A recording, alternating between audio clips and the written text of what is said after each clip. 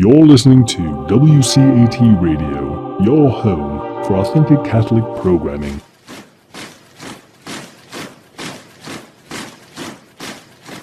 Hello, Timothy. Hello, how are you doing? I'm great. How are you? I'm pretty good. I had a early morning start doing some sculptures, and then I thought I would do some more tonight, but then I'd be robbing Peter to pay Paul because I want to get up hopefully around 4 in the morning and finish the sculpture of Mary before the sun rises. Oh, So wow. I'm very close to being done. A really cool sculpture. I wish I could be in my studio right now, but my technology is not allowing me to be mobile, so I have to stay here in my office area.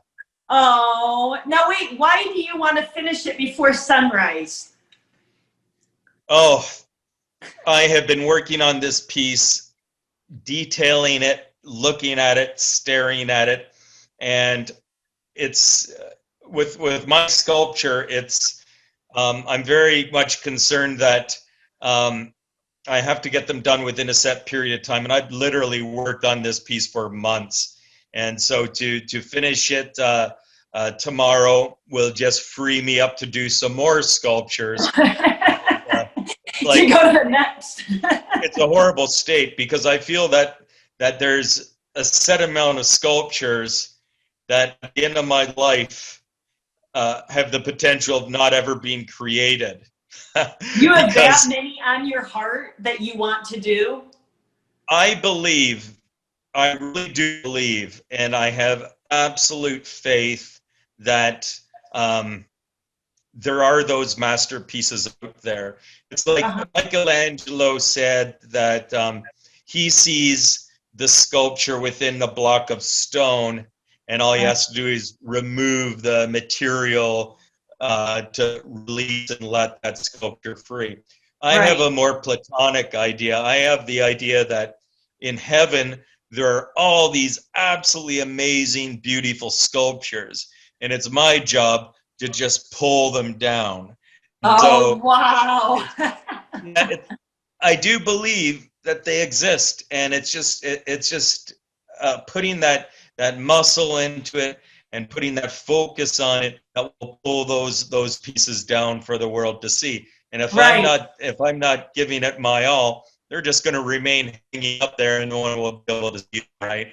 So, oh wow, that's a cool way to think about it. Yeah, it's also with me. It's I've been doing sculpture for 30 years, and the dread and the fear I have is I'm taking longer and longer to do each sculpture. Is it because you're pickier? Is it because I think so. I think that's what happens as you get older as a sculptor or an artist. You got more information. You got a bigger library to draw upon, right? Right.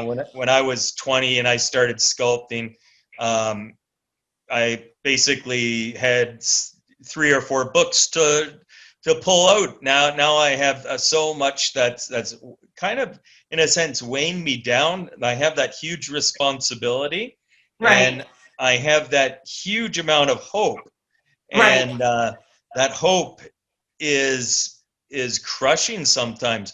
So I gotta really start being militant on my schedule and working to get sculptures finished so new sculptures can become free, so to speak. Right. I have quite a bit right now that I want to do, and also that are midway completed, right? So wow. It's a lot of work, yeah. So how did you start sculpturing? I'm really interested. So you were in your 20s? The interesting thing is I started doing art when I was 16, and I fell in love with it. And at that time, I was just kind of excited about, it was sculpture. Sculpture to me, although I spent my childhood drawing, loved drawing, one of the things I do remember is wanting something. It was a toy when I was a child, and I couldn't have it. My parents said, "You can't have this toy." Right. And then, so what I did was I drew it, You made it. and bingo, I made it. And I remember that eureka moment where I thought, I have it now. I got it. I made it. Right. Right. And I don't know how old I was. I was probably like 20, 26, probably like 5, 6. But the spirit, or the fascination for artwork Right. really hit me at an early age, where I realized that with my own hands, I can create that I want. And Right. so, yeah, and so I loved drawing, but it wasn't until I was 16 where I did a sculpture. Ironically, very similar to some of the work I'm doing right now, because I'm working on the Divine Comedy, Dante's.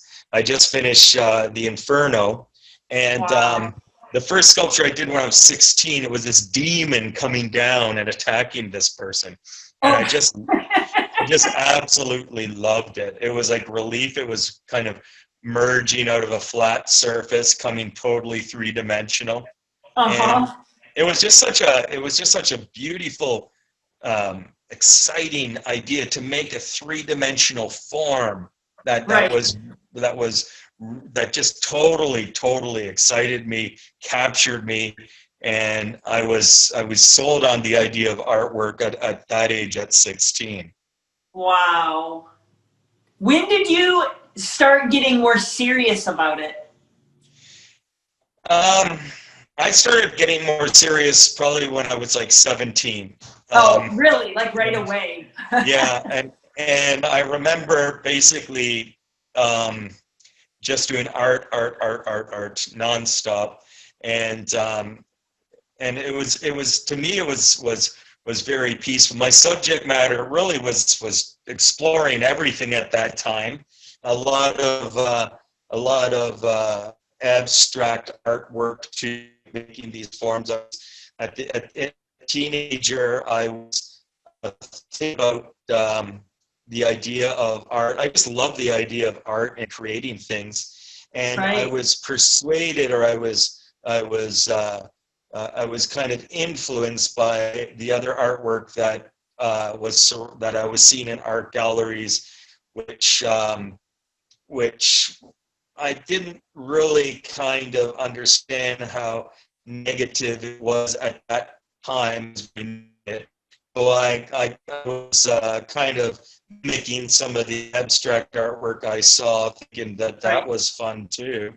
And I was in my last year of high school, I won a national first prize for a sculpture I made, and I got accepted to the at the time the most prestigious art college in Canada, which was Ontario College. Pardon me? Yeah, for sculpture. I mean, that's what you went and you studied then right from the get-go. It wasn't like you dabbled in other forms of art. Well, I still loved painting. I still loved drawing, but I was just seriously into sculpture, right? And then when I went to art school, I went through an artistic kind of crisis at that point. I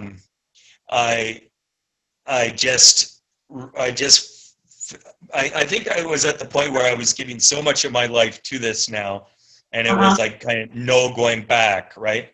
I'm now 19 and I'm in art school, and my focus was so strong that I realized that, okay, this is what I'm going to be doing the rest of my life.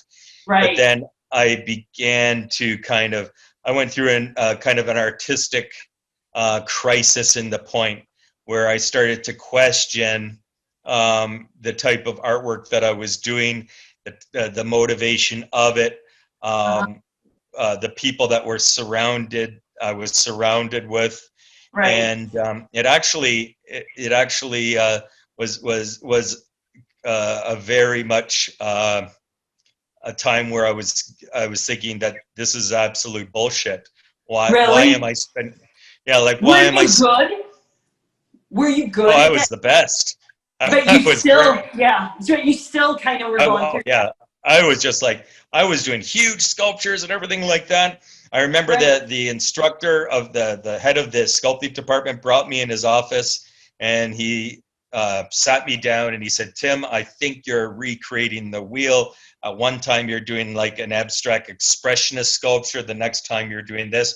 You should spend more time in the resource center finding out what uh, issues contemporary artists are addressing today." And I thought, that's bullshit. You just Right. want me to do what's trendy. I can Right. see through this. If I want to Right. be a sculptor, I should be spending as much time as possible sculpting and exploring everything. Right. And at that point in time, I kind of got kicked out of the art school, or Because of that? well, no, I stopped. I had to take mandatory aesthetics courses, which I just thought was just patronizing and Right. ridiculous.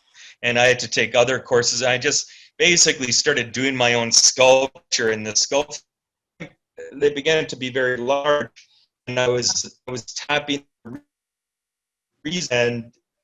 I was staying at the school till like 6 in the morning, Uh-huh. and then all of a sudden they had a policy to lock the studios at 6 o'clock, and I was kind of banned from going in and sculpting all night. And Oh. then the marks came back of the zeros of the classes I thought were not very beneficial to me, and so I Right. left and I got a job working at a factory for 3 months, and then I left that, and I actually got my own studio and just started nonstop. Doing it. And it was at this point in time when I quit art school um, that I began to really question all contemporary artwork. I Right. began to think that well, I'll tell you two situations that really hit me, that kind of crystallized the concerns I had. And it goes back a couple years before, when I was 17 or 18. I was doing in high school. I was doing a Jackson Pollock paint by number project. What I Uh-huh. did, I don't know if you know Jackson Pollock. He's a splatter painter, one of the Uh-huh. crazy New York abstract splashes of paint, selling for Okay. millions of dollars on the wall. And Right. what I did was I took one of those paintings, I projected it on an opaque projector. I traced every little contour, every drip. I color coded it. I stapled a paint kit at the bottom of it, and that was my piece. It was massive. It was like an 8-foot canvas with the Uh-huh. paint by number on it. And I was Uh-huh. so proud. I thought, I got it now. This is an Right. amazing piece, right? My art teacher came in, Julie Burnett. She pointed at me and started laughing. I'm like, what's so Why? funny? She held up an Art in America magazine, and there, Andy Warhol did a paint by number of an abstract painting in the 1960s. She laughed at me and said, "Your piece has been done in the 60s, right?" And I thought, "Oh shit!" And I was Right. literally upset. I was a little bit happy that I was following in the footsteps of Andy Warhol, Right. but Like I at was least you were on the right track. but You know? you know what my thought was? Well, What? I can dazzle the canvas, I can reuse a canvas, and I can pull off the paint by number stapled kit, and it's a good canvas for another piece. And I thought, is that it, Tim? Is that it?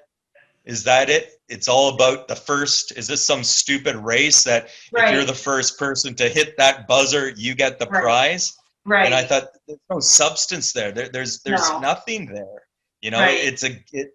It's a stupid race to Right. be innovative for the sake of innovation, right? Nation. Right. So I began to be upset about that. And I remember after I quit art school, I woke up and I had an amazing dream. And I thought, I'm going to spend the whole day sculpting this very powerful dream I had. And Uh-huh. then I thought, so that's it, Tim. You're a professional dream interpreter of Tim Schmalz. And I had this heavy basic, this absolute heaviness of what am I doing with my life, because Did you have it doesn't anybody warrant. encourage you? Did you have Pardon me? anybody? Did you have anybody encouraging you? Well, not at this time. I was basically out of art school. I left everything really, and this is that I was hanging on my own in a way. But I thought, if I'm going to be spending my life being an artist, I do not want to just be so absorbed. And and then I looked at the artwork that our culture triumphs, like, and the stories that go behind it, like Van Gogh, the half insane dude that cuts off his ear. And I noticed a trend in the contemporary artwork that was so focused on the macabre. It was so focused on the shock for shock's sake. Yeah. And it was so negative. It was like, the quintessential thing is Van Gogh, the suffering artist, the horrors of life and all this stuff. And I began to think, do I want to really be a full-time this? And I thought, no, I do not. It doesn't warrant a human life to be sacrificed for such petty return, for such a ridiculous cause. It's a cause that I've learned later is kind of a cause of nihilism, right? Right. It's like what John Paul II said, we're in a culture of death. And what I saw in a lot of the artwork it's almost like I put on these glasses and with my experience, and I only think I could have seen so clearly because I was so devoted to art in general. But then I saw the absolute bullshit that was surrounding this art world, right? Where a urinal turned upside down is lauded and put in the Tate Gallery or whatever gallery as an absolute masterpiece. And I'm like, oh my God. And then so at that pinnacle point where I'm at artistic, then I think about the Renaissance, and I think about the great artwork that really pulled me and really, hands down, I absolutely love. And it's like Michelangelo, it's Da Vinci, it's artwork that is all Christian. Right. And then I began to think about, maybe there's another option. The idea that it's Christian artwork is not just a coincidence. There's something really there. And so at that point in time, I began to think back of my own spiritual beliefs. I had a conversion experience when I was 17, and I began to think that maybe what I should do is scrape off all of this superfluous and try to search with my art the most meaningful things I possibly could discover and find. And so basically I started my own school where my teachers were the great masters, the great Christian artists of the Renaissance. And you studied them on your own. I did, and I copied. I would basically get a photograph, and I would basically copy some of the sculptures that really intrigued me. And then I began to get deeper and deeper into the theology and the ideas behind it, and that was basically my start as a Christian sculptor. And here I am at the age of 20 years old doing this. I'm living in my studio in downtown Toronto, and being on a board and studio space of 400 square feet or so, and all those wonderfully vacant buildings that were still 30 years ago in big cities that you could basically rent out. I think I paid $300 a month for my first studio, and actually it was $350 a month, and I would live there, and I would wake up and I was sculpt Christian stuff. At that point, we didn't have the internet, so I'd be going to the library in Toronto, and I'd be getting pictures of saints, bringing them home and sculpting them. And it was interesting because I still remember the first crucifixion scene I did. And I remember, and at that time, I'd sculpt late at night, so a lot of times till early morning. And I remember just happy as anything sculpting this saint. I mean, sculpting this crucifixion. And it was just amazing. And I thought, if I feel this good about doing this stuff, it must rub off on the clay, and that must just become a part of the sculpture. I was convinced now that I basically had a wonderful purpose, and a very important purpose. And my conversion, I don't want to get into my conversion experience because that will take more than an hour or so. You can talk to as long about. as you want. It's really interesting. But the interesting thing is, can you hear me? Yeah, I can. It cuts in and out, but when it cuts out, it's only for like a second or two, so I don't say anything. It'll just keep going. Okay, so yeah, the interesting thing is, I think I was reconciling another part of me that after having this conversion experience, I felt, in the best way I could describe, and the way I described to my old spiritual director, Father Peter Laracy, I said I felt like I was basically being very impolite. I felt like that someone was invited me over for supper, and again invited me over to supper, and I never returned the invitation. I never asked that person to come over and for me to make a beautiful evening at my place. And when I started doing the artwork, I felt that I was, in a sense, becoming more true to the reality that I understood, and it was not just one-sided then. And that was an amazing feeling, and I think that's why I felt so drawn towards Christianity to create Christian work too, because I felt that what the deepest thing inside of me, the thing that was so close to my being, now wasn't just put in a little box. They say there's no atheists in foxholes, right? And that idea really resonated with me, that you can't just have a friend and call up a friend only when you need something, Tim, right? And I think that's how my spirituality was very, very contained in this little box. And by opening it up, I was basically taking my spirituality and making it an everyday part of my life, because I'm seeing it. I'm hands-on now, right? And so that's I think one of the reasons why I was at such peace at that time. And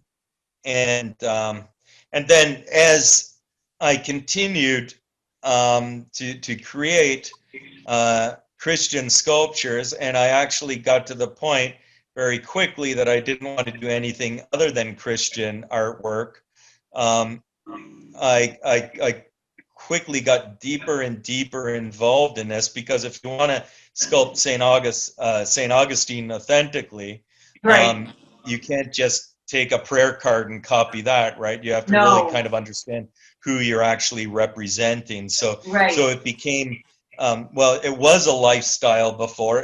Art was my life, but now it was a meaningful life, and it was more Christian than it was art. And that's I think over the years I've become aware of that artwork is just the skin that's put over top of an idea, and almost the thinner that skin is, the more beautiful the art will be, right? Yeah.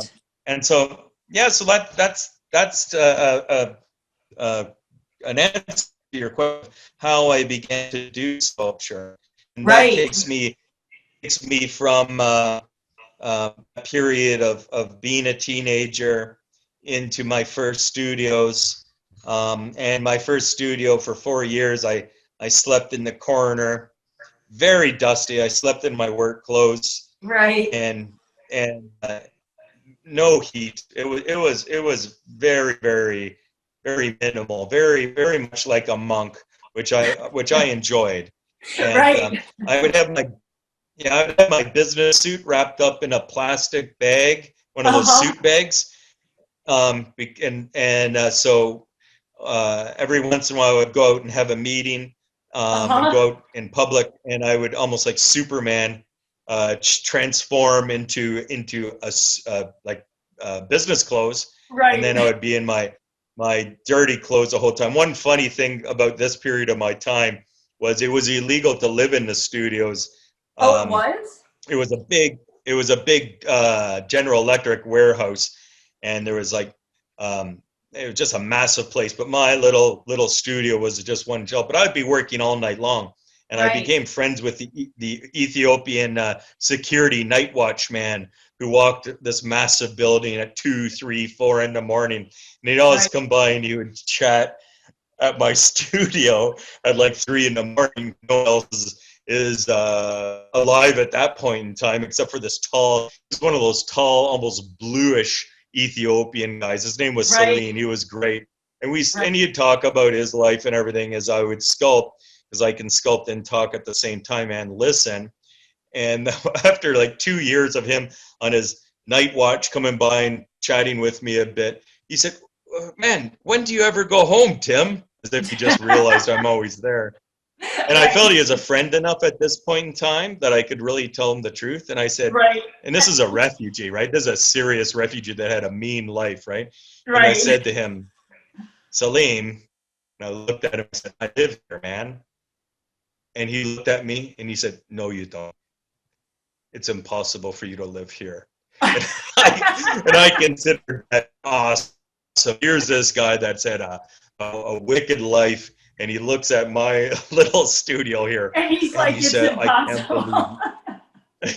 I can't believe you live here. And he's like, "No, I can't believe it, Tim." And I'm like, "Yeah, I do, right?" But it was interesting because, but that time, I was as happy as anything, and I would wake up every morning, and I would sculpt till a lot of times I would feel triumphant when the sun rose, and my studio kind of got that early morning glow, and then sometimes I would just crash and I'd wake up again and I would do it all over, and it was awesome. It was, I was filled with happiness.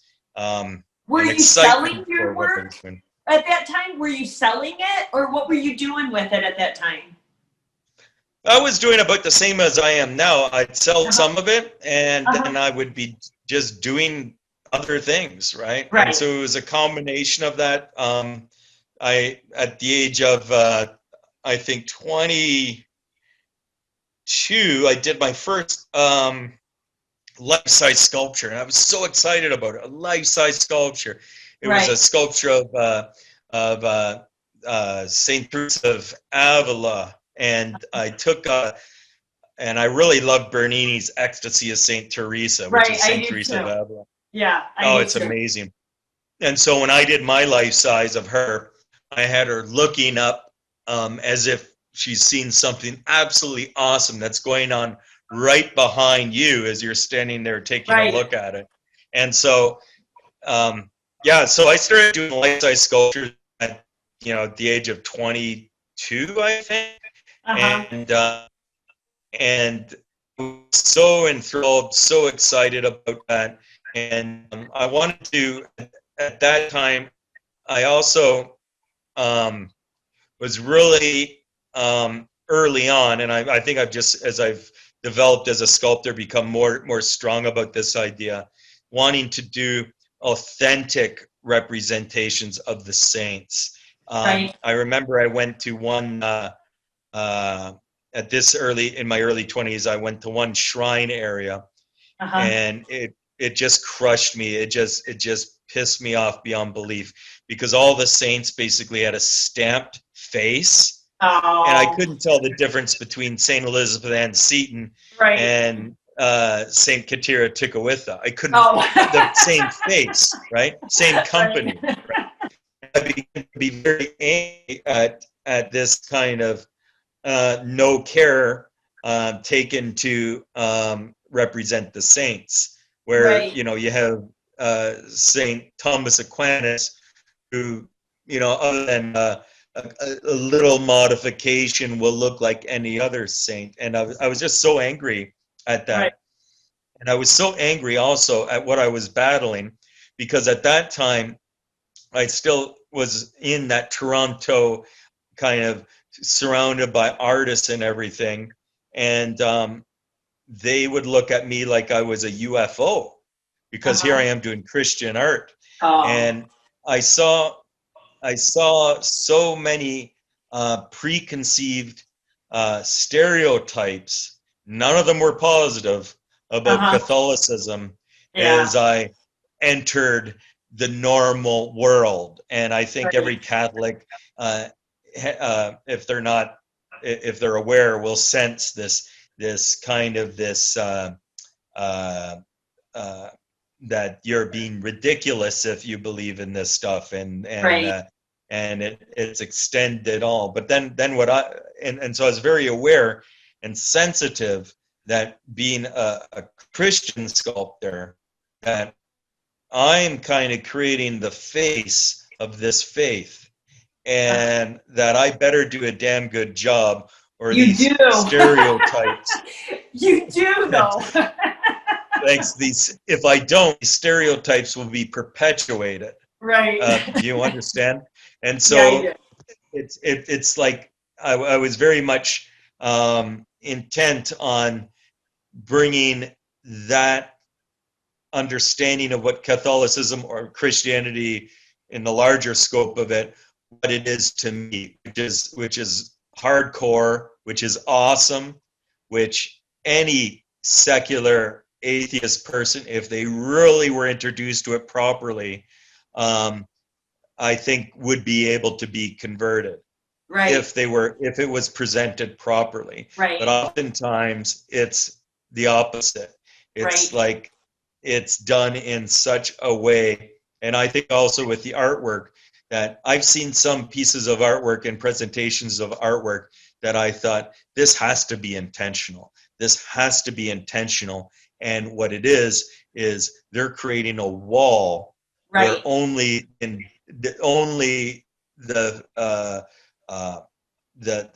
already Catholics can enter through that wall, because it is so opaque with barriers for a normal person to look at it, to actually get in.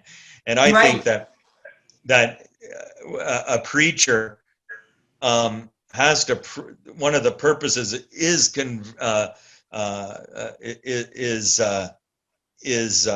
bringing new people into the faith. Why preach just to everyone already believes in it? Well, there's a point to that too, right? But also to convert people, and to go to preach to the secular people. That's I think a responsibility of Christians. But it's a tricky thing to do. But I think artwork has untapped power to do that. But I also do believe it can act as a force field that no one would want to touch it. No one would want to go close to it, right? And so I'm very sensitive that one of my greatest compliments is if a truck driver that doesn't know very much about Christianity, if he looks at my sculpture and says, that's absolutely awesome. Like I said, it's just a skin. So what he's really saying is what that theology is beautiful. And that's the highest aspiration I think that I can try to attain with my artwork, to bring other people in to see the beauty of Christianity. No, I agree. That is incredible. You know, a lady, one of the professors at the seminary interviewed me on my book, but she was telling me about her conversion, and she was like a radical feminist way outside the church. And she went to Rome, and agreed with her husband she wouldn't go on any Christian part of the trip. But one day she found herself in a church before a statue of Our Lady of Sorrows, and what you said happened. She said, I didn't know who this woman was and what Our Lady of Sorrows was, but I thought I need to know about a religion that has this beauty in a statue. And she said, later when I came to the church, then I studied what that was, but it's actually what you're saying. It was somebody way outside the church that encountered beauty, Mm-hmm. and it spoke to her in that way where she's like, I don't know what this is, but this is truth, Yeah. And that's why I think there's one special person that I really want to introduce to Catholicism, and I'm hoping to do it as soon as the pandemic stops. I hope to do it in Rome, because Rome has that power when people go there and they see that beauty that's surrounding them. It's a perfect segue into deeper theology, and I do believe even a little piece of artwork has that power, right? But well, and I think your artwork does. I'll tell you, when I graduated from Notre Dame, that was in 1999, there's a little church up in Grand Beach, Michigan, that had a statue behind the church that out of every statue, maybe Teresa of Avila in Rome equaled it. Made such an impression on my spiritual life. And I found out when I found out who you were that it was yours. And it was that Joseph holding Mary, holding Jesus when he was a baby. And when I was going through your page, and I was like, he did that. And it struck me so deeply. And that was back in 1999. I had to tell you that it's an incredible piece. And one of my sisters has a copy of it in her house. Oh, awesome. Yeah. It is where did that come from? How did you get? Oh, that piece was such a delight in sculpting. I was 23 when I sculpted it. Were you really? That's incredible. I have a picture of me sculpting it, and I look 23 too, believe it or not. Yeah. But it was just, and now to do that sculpture at that specific time, it's called A Quiet Moment. It's a sculpture of the Holy Family. Right. But what it really taught me is that if you're doing a sculpture, every line counts, right? Every movement in that shape has a purpose. It can have a purpose, and that one is really awesome because the Jesus is in the center. Right. Mary is sheltering, holding the baby Jesus. Right. Joseph holding Mary. But it's not just that; it's the way that is expressed that makes it really cool, because every striation, it's almost like a circle. I almost consider it almost like a bullseye, where it's just in the center. And it's the nuclear family, and it looks like a nuclear thing, a nuclei or whatever. And I remember I did that piece, and I was so excited about it. And being 23, I was so excited about it. It kind of shifted. It's beautiful.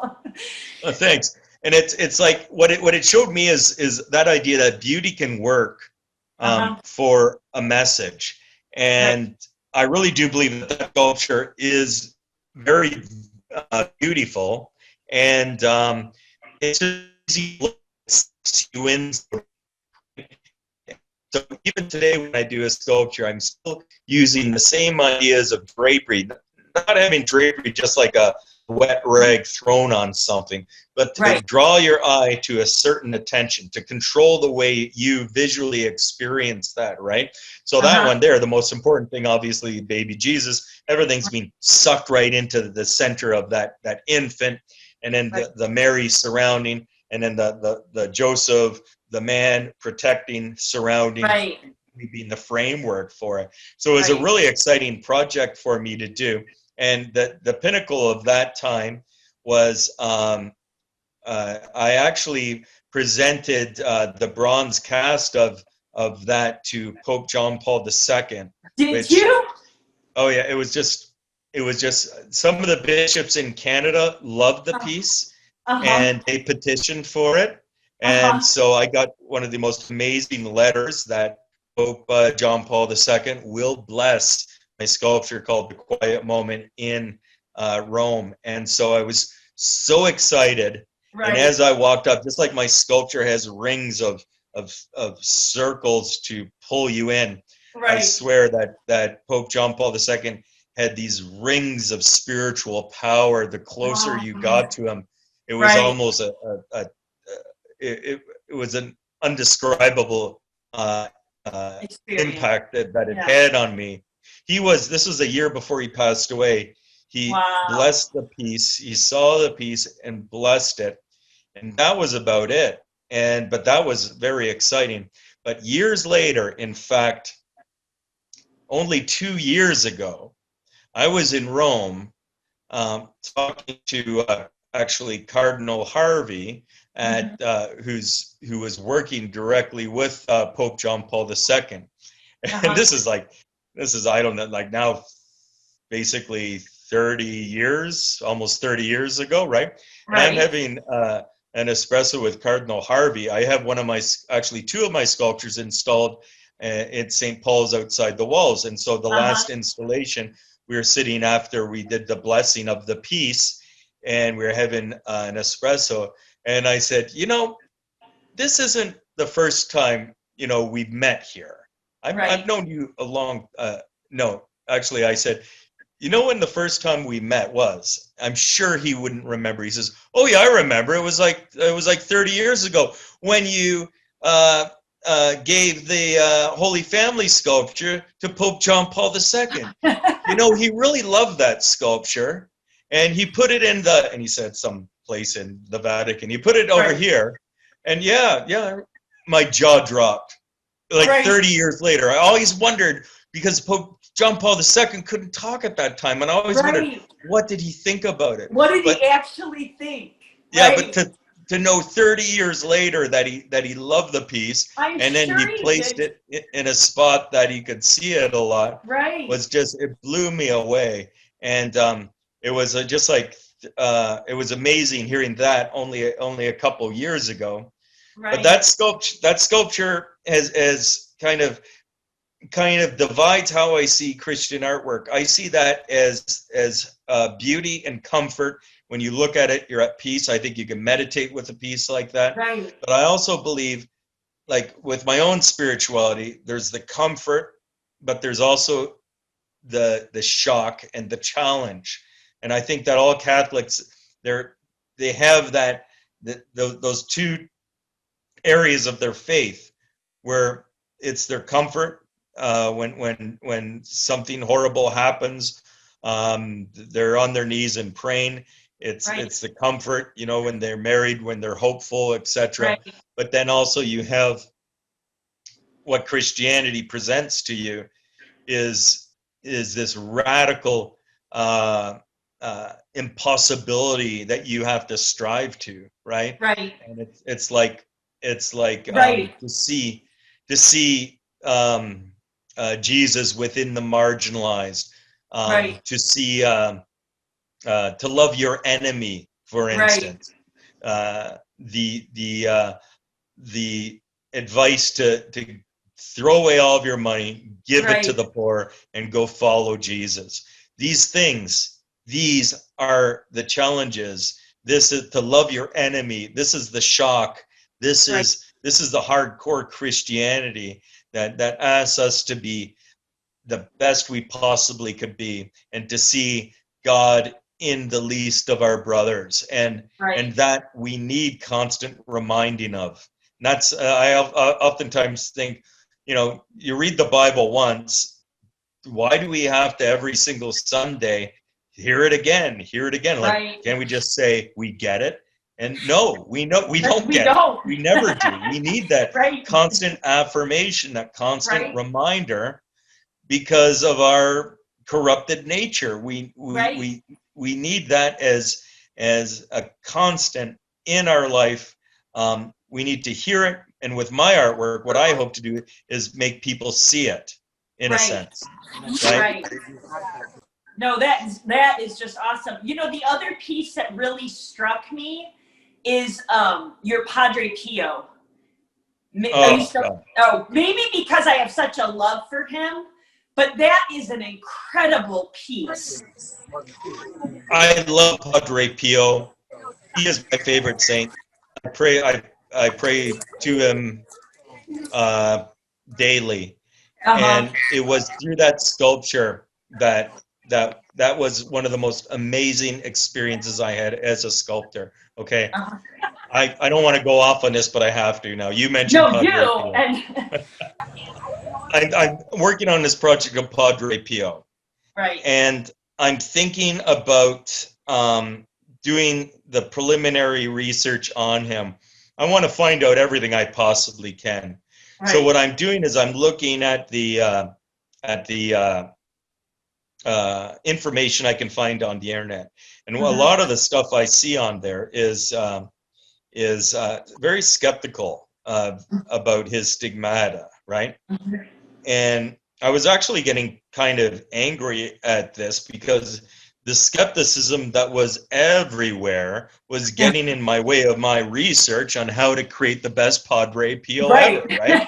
And so I threw up my hands and said, they just don't get it. He was just an imitator of Christ. As soon as I said that, I don't know if I said it out loud, probably not, said it in my heart. As soon as those words formed, the whole idea just unfolded with me, where Padre Pio is reaching to the confessional window. And then when you go to the other side, you do not see Padre Pio, you do not see his hand, you see Jesus, and you see his wound exposed. On the one side, you have the hand of Padre Pio wrapped up, and on the other side, you have the Christ. It's a sculpture that one of the things I said to myself, I know you're a painter, but not like your sculpture. You're like eons above mine. I'm sorry for saying this, but sculpture has something that painting can't. Right? Painting has a lot that sculpture doesn't too. Well, but no, sculpture, it's three-dimensional. It's bingo. And you know what? No, I get it. I've always wanted to sculpt. I've never touched clay, but I get it because I've always thought it would be cool to be able to do that. If it is three-dimensional, the best thing is using that. And this is a sculpture. Like I thought, as I came up with the idea, I thought, there's no way I could do a drawing of this, man. I can hardly take a photo of it because you know it's something you have to walk into. It's something, and you have to kind of become a part of it. You have to move into it, right? And so that's why I think that sculpture is really has that advantage, because it takes up space, and there you can merge with it in a real powerful way. When I was working on that Padre Pio sculpture, I was working in my studio in China, which I haven't been in since the pandemic. Right before Christmas, I was sculpting there. But that's my studio where it's complete silence. I see no one. I cannot speak to anyone. Is it in the country there? Yeah, more or less. It's near Xiamen. It's kind of like if China has Miami, Florida. It's in the tropics. And it's a beautiful area. It's always hot, so I'm in Canada, so I like going there in the winter time, right? But it's total solitude, and it's in the middle of nowhere, but it's perfect for me. And I was doing a sculpture there of Padre Pio, and my thoughts, and I was away from people for a long time, and my mind just became more negative and more negative and more negative. And I began to be, as I'm working on Padre Pio, I'm beginning to chew on every horrible thing I ever did in my life. And I just kept on thinking about this. And I'm working all by myself in the other side of the world, completely away from everyone. And and then I thought, isn't this fascinating? I'm thinking of every shitty thing I've ever done in Right. my life as if I'm enjoying it. And then Right. I thought, well, look at what I'm doing here. I'm actually doing a sculpture of Saint Padre Pio at a confessional. Maybe Right. I should turn this around, and each time I put some clay on the sculpture, I should say a prayer, and maybe this is my confession right now that Right. I'm confessing. Wow. Yeah, and it was just so I took that very negative Right. experience and I made it a beautiful opportunity for prayer. And another thing about sculpture that can, like at this specific time, Right. is you're adding clay, and it's almost like rosary beads. You can actually Right. add a piece, add a piece, Okay. so it can become very meditative Right. as you're building it up. And so the whole experience about creating that St. Padre Pio was one that was, it was almost like, to me, it became a big rosary that I was creating of prayers to St. Padre Pio, which was what Right. was just an amazing experience. And And I look kind at of in reparation for your sin, because that's what was on your mind, you know? it was an amazing experience, and I tell you that that just kind of shows to me that um, you have to be awake, because you never know when a great sculpture comes crashing down from that platonic heavenly plane, Right. Right. because that really, it was just like, as soon as I said that he was just an imitator of Christ, the Right. whole idea just came to Changes. me instantly. So it was awesome. I love Padre Pio. So how did you end up in China? Having a studio in I China? I do a lot of my sculptures are cast in, well, most of them are cast in bronze, right? Uh-huh. Right. And so I actually have to go to different places in the world where they can handle Okay. the volume of bronzing, right? And Uh-huh. so, for instance, and so I'm usually like, actually right now I think there's like, I'm doing 12 bronze pieces right Uh-huh. now, Uh-huh. um, that are being cast in bronze. Is And that the so Dante or is right that now, oh, that's my other projects. No, different? I'm thinking Okay. about like a whole. I'm doing a homeless Jesus, a hungry and thirsty. I'm Okay. doing a soldier embracing Christ. Uh-huh. I'm finished up this beautiful St. Thomas Aquinas sculpture, just gorgeous. Um, and but in order to, and for instance, my Angels Unawares, the 20-foot sculpture, I just cast another one for America and another one for Canada last year. Uh-huh. And to be quite honest, there's no place in the world right now that could do that type of volume in a sensible time frame. Uh-huh. Um, and so I used to have a studio in Mexico City, Uh-huh. because they were pretty good. This is going back 20 years ago. Right. They became too small, and then I moved to Thailand in Uh-huh. Bangkok. They had a great ability to do bronze casting, but Uh-huh. they kind of got swallowed up by China. I Okay. remember I was over in Bangkok. One kid, the owner of the founder, said to me, I was like 35, in there at a restaurant drinking some scotch after me sculpting. I'd take my evenings out and have beautiful meals in Thailand. I don't do that in China, but Uh-huh. and we just have some wonderful nights together with talking about artwork. And Uh-huh. one of the things he said is, in 10 years, I'm going to close my foundry. And I said, why? And he said, because China is going to perfect bronze. Oh. And he said, and there's no way I can come close to that perfection, what they will do. And sure enough, it's That happened. ironic, but right now I'm in China. But it's just fascinating. Right. They got a history of casting Buddhas that is Uh-huh. just staggering. Oh. They will Right. do a sculpture the size of a Statue of Liberty, Right. for a province in China, and their Right. work ethic is just stunning. And Wow. yeah, so I'm right now. I have a big studio there. I have a big studio here in Canada and a small studio that I interviewed you in at the back of my house. Okay. And so with those three studios, I keep very busy and Right. doing different projects. So a big piece, 20-foot sculpture, they can do it they can cast it in a half a year, whereas a Canadian or an American foundry, that would stop everything, right? So Okay. they can cast a 20-foot sculpture of mine while they're doing all my other stuff, right? And So so like, one of the is that ideas, why, do you make what needs to be casted in China? Or do you have to somehow transport it over there?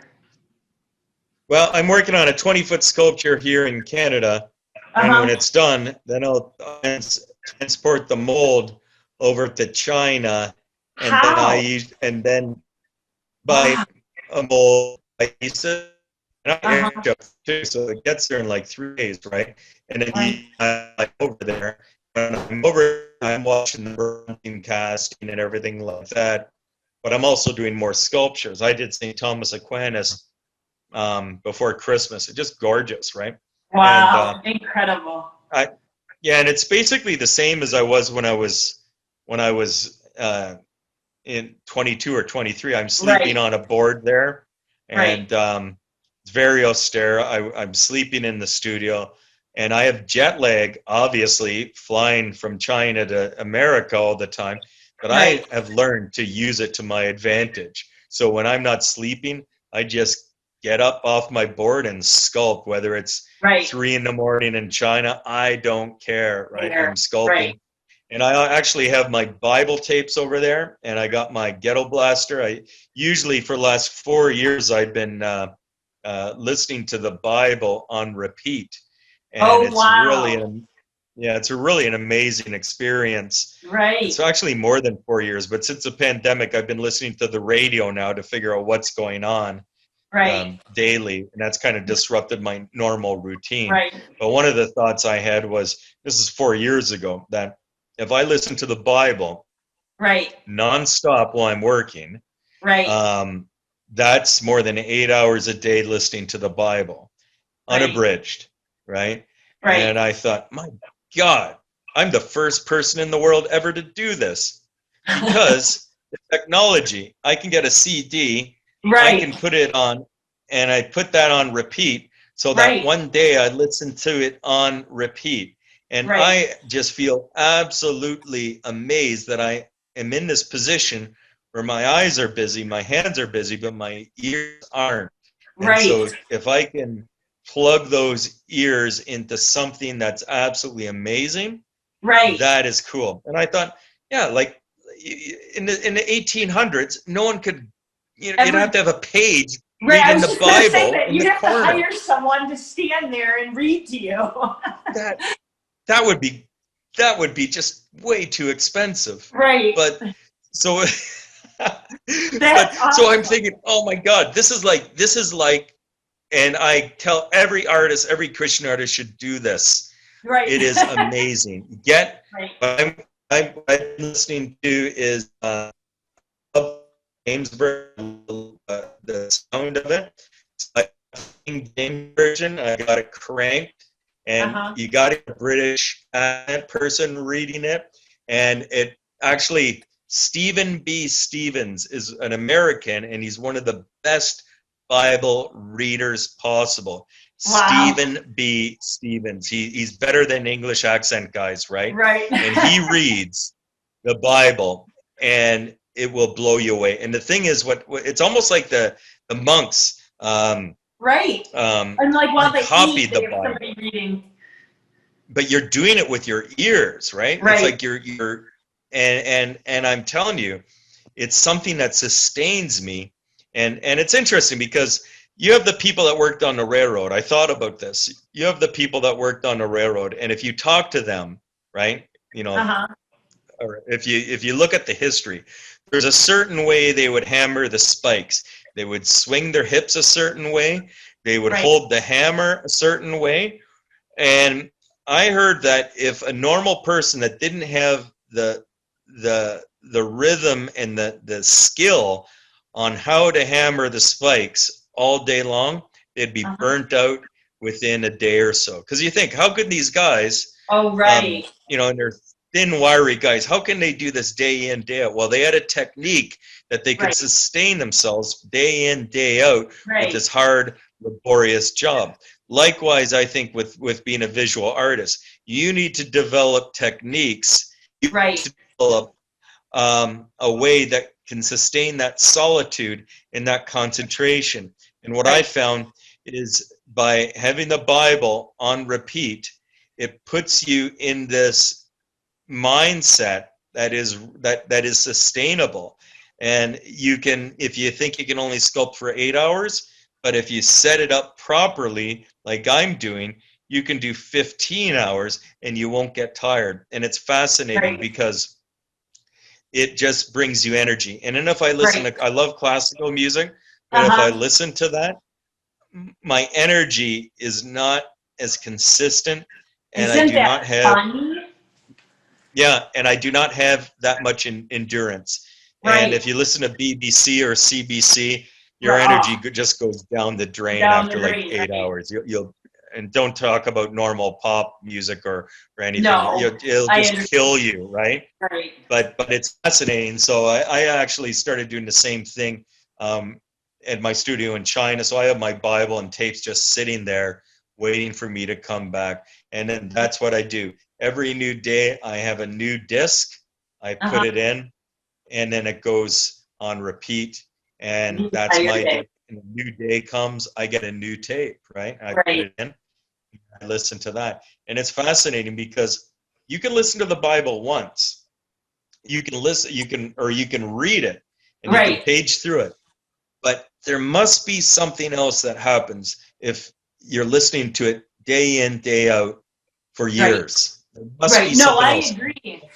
I actually have it on CD that I've used when I paint, not to the extreme you're talking about, because I don't do it 8 hours a day or 15 hours, but I understand what you're saying. And I can't remember who it is that I have.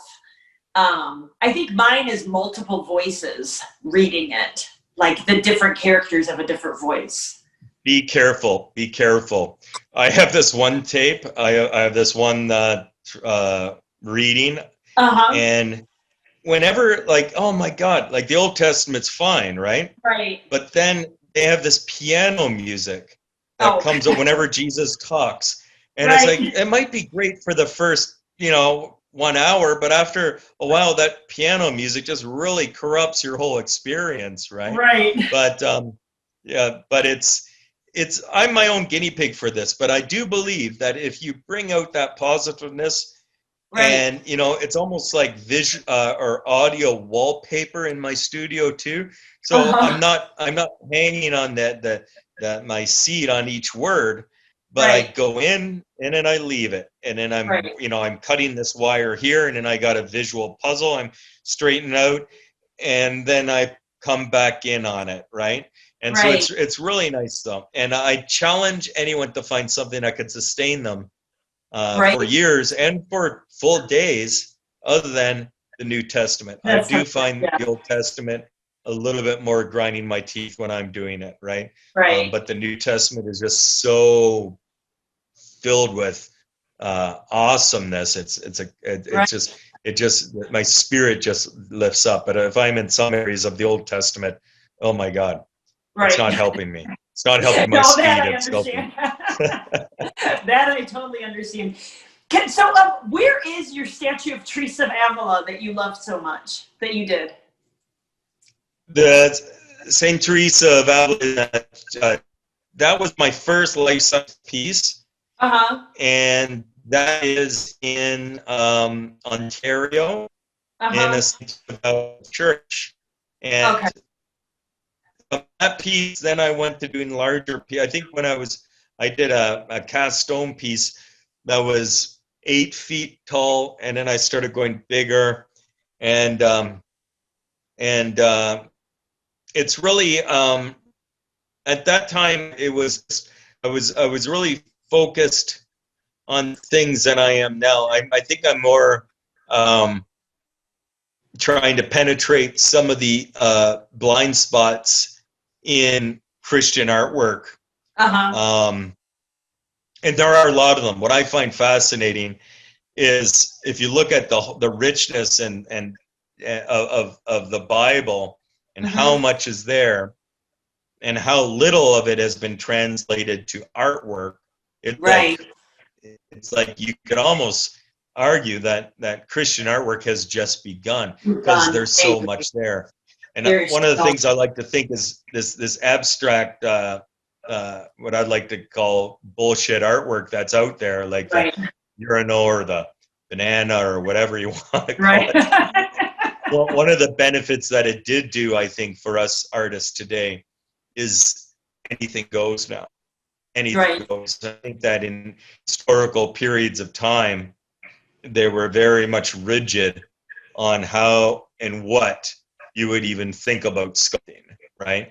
And so I think that now, as Christian artists, the sky's the limit, and because I guess we can benefit from that nihilism out there because there are no rules, right? And that means that we can explore, I think, a lot more. Like I heard that in the 1800s, it was very rigid how you would, like I'm talking even secular, it was very, very rigid of what would be acceptable in the parlor or the salon, and what would be considered artwork and what would be considered profanity, right? Well, that's all gone out the rule. There's no schools like there used to be that would determine what can be seen and what can't be seen, and what artwork is and what artwork isn't. Now, and anything goes, and I think that to be optimistic or positive, that we can use that and kind of bring it into Christianity, because it oftentimes I'm curious as some of the amazing parts of the Gospels, very rarely has it ever been represented, right? You have, I can't tell you how many Marys you have, how many nativities you would have out there, and how many crucifixions you would have out there.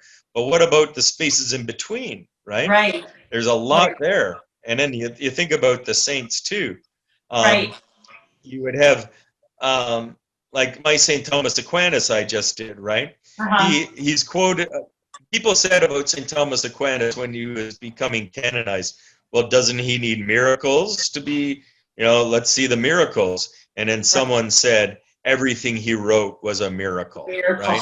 And so I have a sculpture of St. Thomas Aquinas with his open book in his one hand, his feathered pen in the other hand, and he's looking up, and the pages of his book are lifting off the book, rising a centimeter in the air, and then forming into a dove. The papers are forming into a dove. So it's almost like, that's what you just you know did? what? You couldn't do that in the 1800s. You would have to have St. Thomas Aquinas, because they just thought in a very much parochial way about artwork. So St. Thomas Aquinas would have to be standing. He'd have to have his book in his one hand. But there were so many. I think there were so many limitations, and because a lot of the Christian artwork was done in previous centuries, that those limitations are very obvious. Whereas now, a contemporary Christian artist, they don't have those limits, and it's free range, and they can become really, really creative. So I like kind of using the ideas of some of the abstract elements. Like I'm actually working right now with mirrored stainless steel, and which I've seen countless. What are you doing with it? What's your project with it? Incorporate. I wish I could show you, but I'm using it in bronze sculptures. So, for instance, I did this one crucifixion where Jesus is on a cross. The cross is out of the stainless steel, and it's twisted in a way that it captures all the clouds. And if you walk up to it, you become a part of the cross. Your reflection goes into the cross, right? I'm doing this sculpture of Mary right now, which the womb of Mary is this mirrored steel, so it pulls in all the light, and then you have the fetus in bronze. So Mary's in bronze, her womb, which is circular. Wow. I think I have a small version of it here. I'd love to see it. Just wait. Okay. Sorry about that. Do you have it? Well, can you see that? I cannot super. Oh, there you go. No. Oh, wow. Wow. Can you see that? Kind of. Yeah, I can make it out. The light is coming off of it so much that it's hard to see it well. Yeah. Well, actually, what I'll do is I'll get Sebastian to put a picture of it. He put a picture of it on. Okay. That's a piece I want to finish tomorrow, actually, right? And it's life-size. It's awesome. But what is your all-time? It's Mary. Right. You can't see that. Oh, I can see it. I can see it. Not super well, but I would love to see it. I'd love to see your life. Yeah, Sebastian can post a picture of it. Right. I'm sure he can. He's like a tech genius here. But yeah, to incorporate other things. Right. So what I feel is that we can rob the benefit, or we can take the benefit of what abstract artwork has given us and use it for good. Right. And that's what I like to say. And so we're in a time right now that's really exciting for Christian artwork, I think, because anything goes. And I know we're only supposed to keep this an hour, but yeah. So let me just why don't you ask more questions then, because I feel that we haven't gotten. That's okay. It's all so interesting. I wondered what your favorite piece you ever did was. Oh God, my favorite piece. Do you have one piece that like? Yeah, I think so. I think it would have to, right now, I think it would have to be the homeless Jesus sculpture. Okay. That's awesome. The sculpture, it kind of goes against quite a bit of what I've been saying, because I like to consider myself kind of a militant, hardworking, in your studio type person, but it was actually, in fact, a time where I was actually outside of my studio where the idea came to me, and I was actually seeing a homeless person, and all of a sudden, boom, I got the idea immediately, because that experience I had where I saw a homeless person, I was shaking. I felt that I just witnessed something absolutely spiritual, and I couldn't get that out of my mind, and it was such a dramatic impact on me. It was such a slap to see this figure. I'll give you two reasons why I presume. It was a long time since I was in a downtown inner city, and if you live out in the country for a while and then you go into a city, you see the homeless people. You really see them, right? And whereas a year later, you can almost walk over top of them because they just become these obstacles. And unfortunately, that's what it's like in a sense. But if you're new to a city or you haven't been there for a while, it just shocks you, right? And this one figure, this one human, was completely draped up in a blanket, and I didn't know if it was male or a female, but it was just this human form, and it was a contrast with this sleeping human form in one of the busiest streets in Toronto, University Avenue. That the contrast, the fact that I haven't been in a big city for 3 or 4 months, I'm in the middle of nowhere here. It hit me so much that I just felt that I saw something absolutely sacred there. Wow. And I thought, that's Jesus. And I just kept on as I went to I was actually at a cathedral doing a art thing, but it was a repetition. I just saw Jesus. I went back to my studio and I modified it just subtly by moving the blanket up a bit. So it would be so discreet that it was Jesus, just the feet, right? And what I fell into with that experience was creating almost a line for line Matthew 25. And because in Matthew 25, there is that ambiguity at first. Right. The sculpture has that ambiguity. The powerful thing about that is a life-size figure that from a distance looks like a real homeless person. You get only when you get very close. In fact, some people actually sit on the park bench and then they realize the wounds. So I'm thinking it takes the Matthew 25 text and you can experience it. You walk into it, right? Incredible. So this is Mary Kloska signing off with Timothy. God bless you all, and thank you for joining us. Hello, God's beloved. I'm Annabelle Mosley, author, professor of theology, and host of Then Sings My Soul and Destination Sainthood on WCAT Radio. I invite you to listen in and find inspiration along this sacred journey we're traveling together to make our lives a masterpiece and, with God's grace, become saints. Join me, Annabelle Mosley, for Then Sings My Soul and Destination Sainthood on WCAT Radio. God bless you. Remember, you're never alone. God is always with you.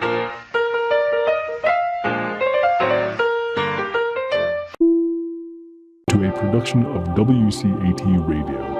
Please join us in our mission of evangelization. And don't forget, love lifts up where knowledge takes flight.